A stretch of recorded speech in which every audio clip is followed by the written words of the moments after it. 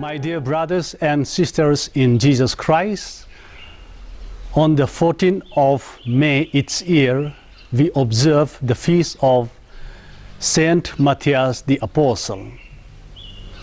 St Matthias is not much known to people because he was not originally among the 12 chosen by Jesus. In the Acts of the Apostles, chapter 1, verse 12 onwards, if we read, we see how Peter gathered 120 disciples and told them that they should elect someone among them to replace Judas, who hanged himself after betraying Jesus. The conditions needed for the candidacy is simple.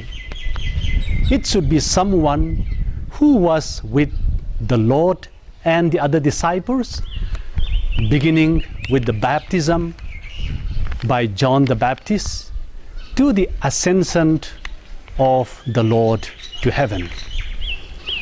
Therefore, two candidates, Joseph, called Barsabbas, also known as Justus, and Matthias were elected.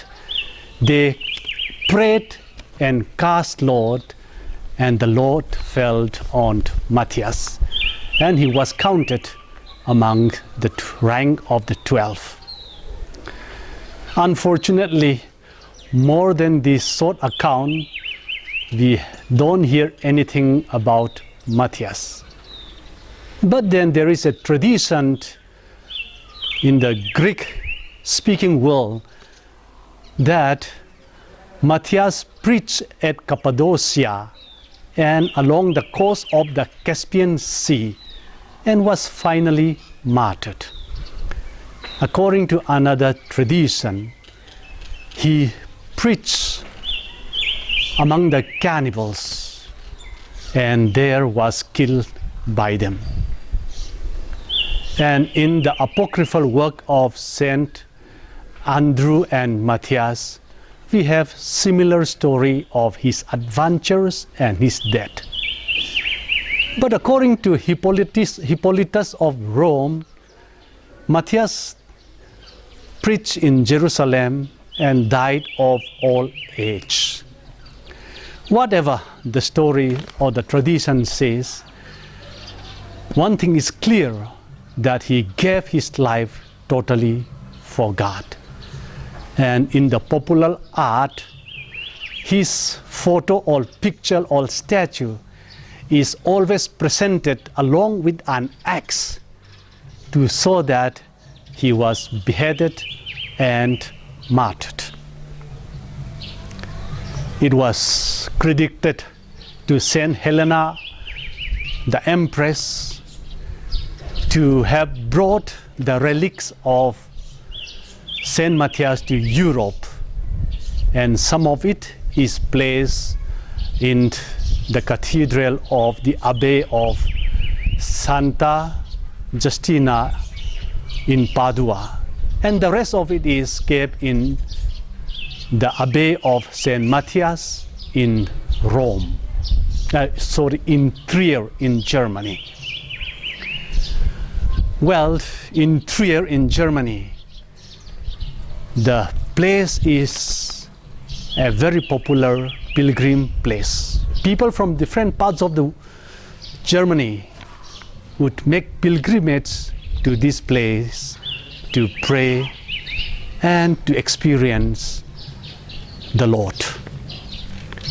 In 2015, when I was in Germany, I was staying in a parish called St Matthias Parish, and this parish had the tradition of making 10 days pilgrimage to Trier at the tomb of St. Matthias. And I too joined the pilgrimage. 4 days of walk, 2 days rest, and 4 days of walking back. Early morning, 5 o'clock in the dark, till 7, 8 o'clock in the evening. a long day's walk to the place of the tomb of St Matthias.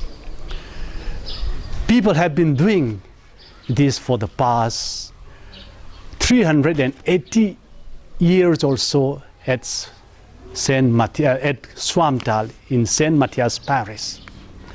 It was wonderful to be part of that pilgrimage. One of the pilgrim brother said, as we were praying at the tomb of St Matthias, it's nice to be so close to an apostle who is so close to Jesus. That struck me, and in spite of the tightness, in 2016 I made the pilgrimage once more. 4 days work, 2 days rest, and another 4 days back, 50 kilometers each day.